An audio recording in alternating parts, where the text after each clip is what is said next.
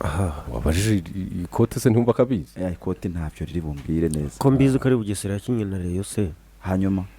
bamwe bakaza kwangirwa penalty abandi bakayihabwa ubwo impaka zikavuka naho ngarukira nuko wareshyaga nuko nareshyaga gusa nabonye minister wa sport arimo gutanga agasopo. Minisitiri wa siporo Neri Mukazayire yaje kwibutsa ko imyitwarire y'imvururu itemewe mu bikorwa bya siporo, ndetse anavuga ko ibitavuzweho rumwe ku mukino wa Bugesera FC na Rayon Sport bifite inzego bigomba kunyuzwamo ariko nabo bakazibukirana. Ni kuri uyu wa gatandatu ubwo Bugesera FC yari yakiriye Rayon Sport mu mukino wo ku munsi wa 28 muri shampiyona y'ikiciro cya mbere mu Rwanda. Uyu mukino ukaba waje guhagarika utarangiye ku munota wa 52 aho Bugesera FC yari yoboye n'ibitego 2-0 nyuma yuko hari habaye imvururu zavuye kutishimirana mu misifurire ku ruhande rwa Rayon Sport aho abafana bayo bari bateye amabuye mu kibuga.